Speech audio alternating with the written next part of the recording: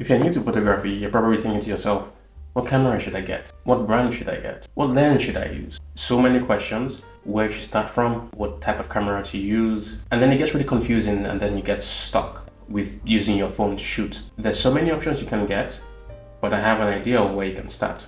The best possible camera you can get is a Fujifilm X-T2. I'll tell you what. Now, hold on one second. Before you go Googling, yes, the Fujifilm X-T2 is about 8 years old. There's so many other models that have come out. There's the X-T3, there's the X-T4, and the X-T5, if I'm not mistaken. However, the X-T2 is a special camera, especially when you don't have the deepest pockets. I got my X-T2 3 years ago, and these are the boxes I checked before deciding on what camera to buy.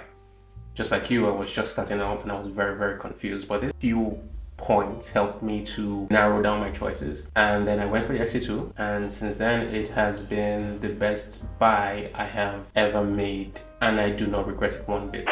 The X-T2 goes for about $600 to $700 US. You can find it on your regular stores like your Amazons and your Walmarts and photography sites like MPB. You should find it for $600 to $700 US. However, I got mine on Facebook. Yes, Facebook Marketplace. Like I said, I was on a very tight budget, so I got mine on Facebook Marketplace, and it cost me somewhere around $450, $500 US. It was a great deal, and I had to go to a neighboring country to buy it from a Spanish dude who was the friendliest guy ever. That's a story for another day. It was a good price and the best purchase I had made in a long time. The Fuji X-T is a well-built camera. It's the last of its kind to be designed and built in Japan. Every other model after this has been assembled in China and other southern Asian countries. It's sturdy, it's not so small, so it can fit right into your hands if you have a big set of hands or medium-sized hands. Feels very sturdy, non-plasticky. It has some plastic, but it doesn't feel cheap. It is weather sealed. This means that you can take pictures in the rain without worrying about it. You can go to some places with very bad weather and still get great shots without your camera crashing or turning off or overheating or the battery draining like it does with the camera I'm using right now to shoot this, the Nikon. When you're just starting out as a photographer, it's very important that you find a good rhythm. You take as many pictures as you can take. The reason why is you want to get comfortable with your camera. You want to make mistakes, you want to learn new things, you want to learn about your settings and all of that stuff. Now, if you buy a camera that you're not happy with using, chances are after a month you're going to get bored, and there goes your camera and there goes your photography dream. The reason I bought the Fuji X2 was the design. It just feels very easy to use.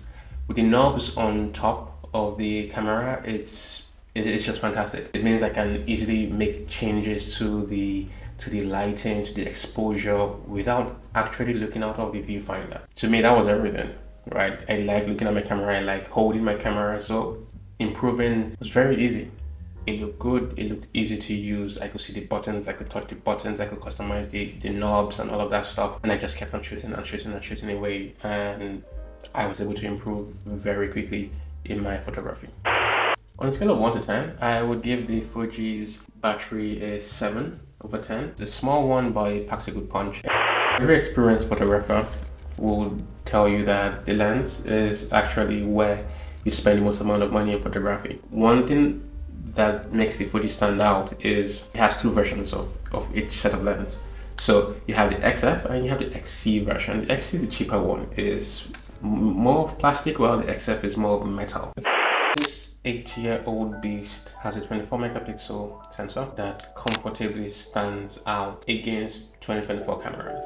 It has a very fast autofocus. In terms of low light and night photos, the ISO, which is pretty much light sensitivity, goes up to 12,800. This pretty much means that you can get very, very rich photos when the lighting is poor or when you want to get some night shots. And the Fuji also takes video. It has 4K 30p, so you can get really, really sharp image quality, video quality with the camera. To sum up, If you're new to photography, get the Fuji X2. It's simple. It will take some time before you realize what direction you want to take with your photography. You might find out after a year that you prefer landscape or portrait or wildlife. But at that time, you would know what exact camera would meet that particular need that you have. But as a beginner, when you have no idea, get the X2. If you enjoyed this video, if you learned something, drop a like. Peace.